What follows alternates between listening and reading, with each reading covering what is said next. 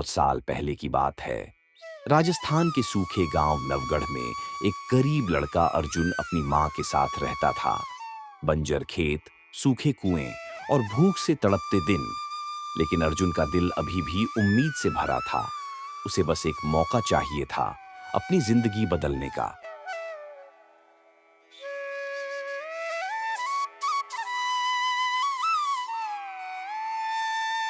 माँ, आज फिर घर में कुछ नहीं है। 3 दिन हो गए, हम बस पानी पीकर जी रहे हैं। बेटा, अब तो सब कुछ बेच दिया। अब तो बस भगवान ही सहारा है। अर्जुन मां की आंखों में देखता है, आंसू गिरते हैं।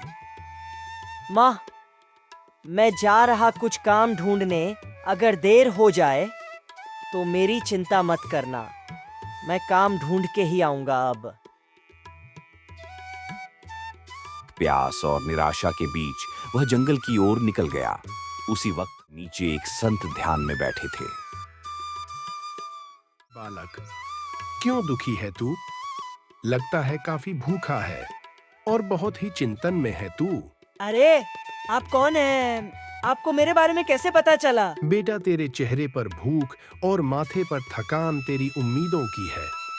घर में तेरी भूखी माँ का भी यही हल है। बोल बेटा, तुझे क्या चाहिए? बस इतना कि माँ को 2 वक्त का खाना दे सकूं और उसे खुश रख सकूं। अब मैं थक गया हूँ बाबा। मेरी तो किस्मत भी साथ नहीं दे रही लगता है। अब हमारे आखिरी दिन चल रहे हैं। अब तो उम्मीद भी टूट चुकी है। बेटा, कभी कभी किस्मत नहीं, कभी कभी नीतियां भी जागनी होती हैं। अब मेरी बात को ध्यान से सुनो। मैं जो तुम्हें दे रहा हूँ वह एक जादुई चिराग है। जब सही वक्त आएगा तो वो जरूर तुम्हारी सहायता करेगा। पर याद रहे, इसका उपयोग कभी भी लालच के लिए मत करना, वरना तुम अपने सबसे प्यारी चीज को बर्बाद होते हुए देखोगे। अब जा और अपनी नीयत की परीक्षा ले।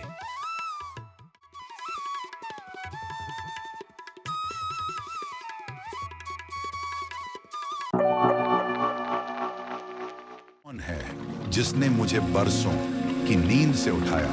अरे तुम तो एक बालक लगते हो। तुम्हें मेरा चिराग कैसे मिल गया? अब मिला है तो तुम भी काफी मुसीबत में ही होंगे। तो नियम के अनुसार तुम मेरे मालिक हो और मैं इस चिराग का जिन्न। तो अब बोलो मालिक, क्या इच्छा है तुम्हारी? हाँ, पर याद रहे, मैं बस 3 इच्छा पूरी कर सकता हूँ। मेरी पहली इच्छा है कि मेरी माँ को कभी भूखा ना रहना पड़े और हम खुशहाल रहे, बस। बिल्कुल, लेकिन याद रहे, सिर्फ 3 इच्छाएं। जो तेरे दिल की गहराई से निकलेगा वही पूरा होगा। अन्यथा पूरा तो होगा, पर मैं भी नहीं जानता और क्या होगा।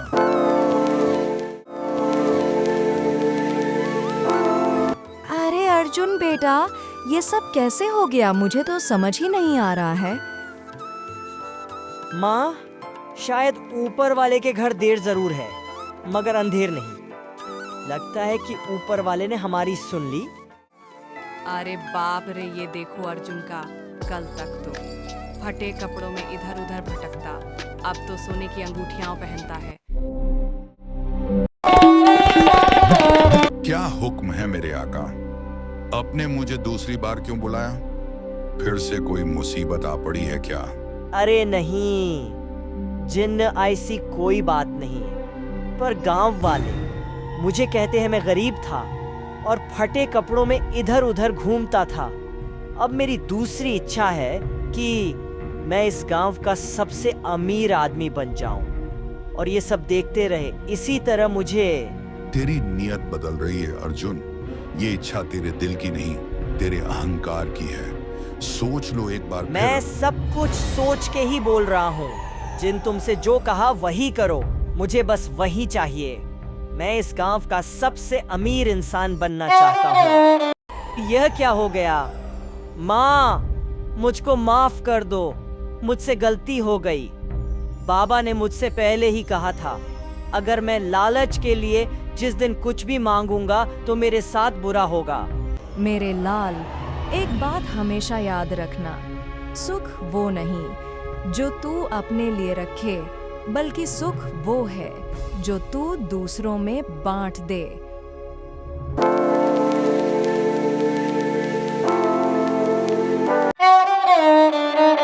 मैंने तो पहले ही कहा था, सोच लो, पर तुम घमंड और अहंकार में चूर थे।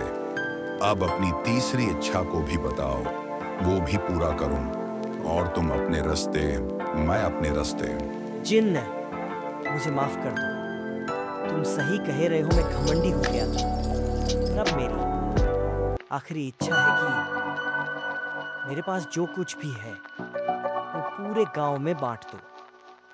हर घर में खाना हो, हर चेहरा मुस्कुराए और मेरी माँ ठीक हो जाए। बस, और मुझको कुछ नहीं चाहिए। ये हुई ना बात। सच कहूं तो तुम एक नेक दिल इंसान हो, पर थोड़ा बहक गए थे। चलो देर सही, मगर ज्ञान तो आया। अब तैयार हो जाऊं अपनी तीसरी इच्छा के लिए भी। गांव में फिर से खुशहाली लौट आई। खेत हरे हो गए, बच्चे हंसने लगे। अर्जुन ने वो चिराग फिर कभी नहीं रगड़ा। उसने समझ लिया, असली जादू चिराग में नहीं, सच्चे दिल में होता है। और कहते हैं, वो चिराग आज भी जंगल में कहीं पड़ा है, बस किसी ऐसे इंसान का इंतजार कर रहा है जो माँ के लिए और सबके भले के लिए कुछ मांगे, खुद के लिए नहीं।